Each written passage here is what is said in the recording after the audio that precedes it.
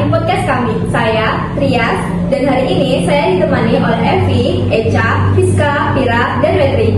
Dan saya 5058. Halo, saya Diana Putra Madani dengan NIM 5054. Halo, saya Mesya Nazila dengan NIM 5052. Halo, saya Fiska Eda Zabila dengan NIM 5039. Halo semua, saya Destina Nur Safira dengan NIM 5016. Halo, saya Wetri Fadila dengan NIM 5041.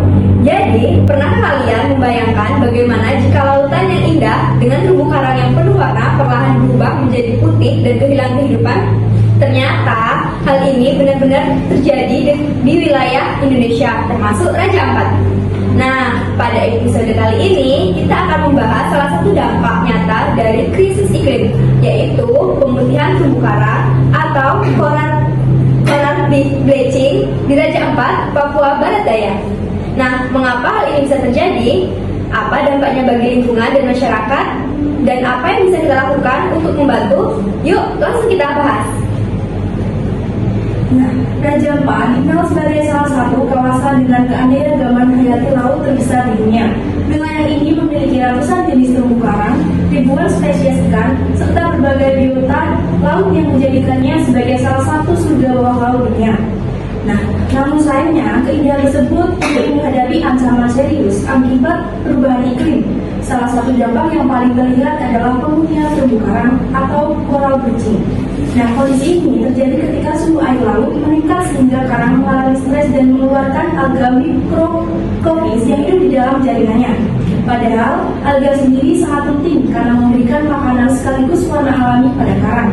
Nah, karena alganya hilang, karang akan berubah menjadi putih.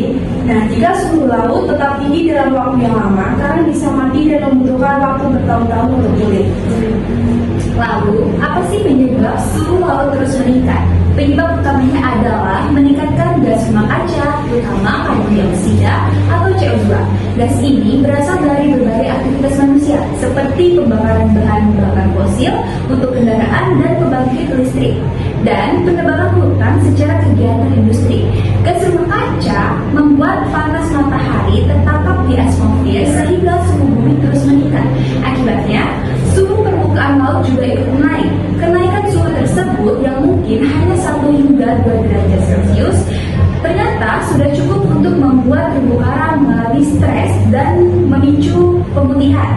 Artinya, perubahan kecil pada suhu laut dapat memberikan dampak yang sangat besar bagi ekosistem laut. Nah, selain pemanasan global, ada juga nih fenomena iklim alami yang dapat memperparah kondisi tersebut, yaitu El Nino. Saat El Nino terjadi, suhu permukaan laut itu di wilayah menjadi lebih hangat, terus sementara curah hujan itu cenderung menurun. Di Raja Ampat, kondisi ini dapat meningkatkan resiko terjadinya pemutihan terumbu karang.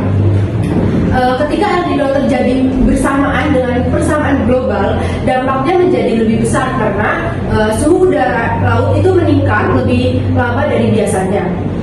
Oleh sebab itu, para peneliti terus memantau kondisi laut agar langkah perlindungan dapat dilakukan lebih cepat. Dan selain itu juga ada dampak pemutihan terumbu karang yang tidak hanya dirasakan oleh lingkungan tetapi juga oleh masyarakat. Karena banyak warga Raja Ampat itu menggantungkan hidup sebagai nelayan maupun pelaku usaha pariwisata. Terumbu karang juga merupakan habitat bagi berbagai jenis ikan. Jika karang rusak, jumlah ikan dapat berkurang sehingga hasil tangkapan nelayan ikut menurun. Selain itu, Raja Ampat juga terkenal sebagai tujuan wisata bahari. Wisatawan datang untuk menikmati keindahan bawah lautnya. Dimana jika terumbu karang rusak, daya tarik wisata pun bisa berkurang dan berdampak pada pendapatan masyarakat setempat. Jadi, menjaga terumbu karang bukan hanya melindungi alam, tetapi juga menjaga sumber penghidupan banyak orang. Yang terakhir, lalu apa yang bisa kita lakukan? Meskipun kita tidak tinggal di Raja Ampat, kita tetap bisa ikut berkontribusi. Misalnya dengan menghemat penggunaan listrik, menggunakan transportasi yang lebih ramah lingkungan jika memungkinkan, mengurangi penggunaan plastik sekali pakai, menanam pohon, serta tidak membuang sampah ke sungai maupun laut. Kita juga bisa mulai menyebarkan informasi tentang pentingnya menjaga lingkungan kepada keluarga dan teman-teman. Langkah-langkah kecil yang dilakukan secara bersama-sama dapat memberikan dampak yang besar bagi bumi.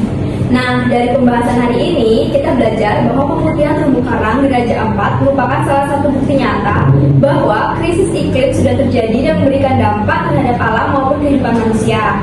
Oleh karena itu, menjaga lingkungan bukan hanya tanggung jawab pemerintah atau para ilmuwan, tetapi juga tanggung jawab kita semua. Mari menjadi eco-citizen dengan mulai kebiasaan baik dari hal-hal sederhana dalam kehidupan sehari-hari. Terima kasih sudah mendengarkan podcast kami. Semoga pembahasan hari ini dapat menambah wawasan dan menginspirasi kita semua untuk lebih peduli terhadap lingkungan. Sampai jumpa di podcast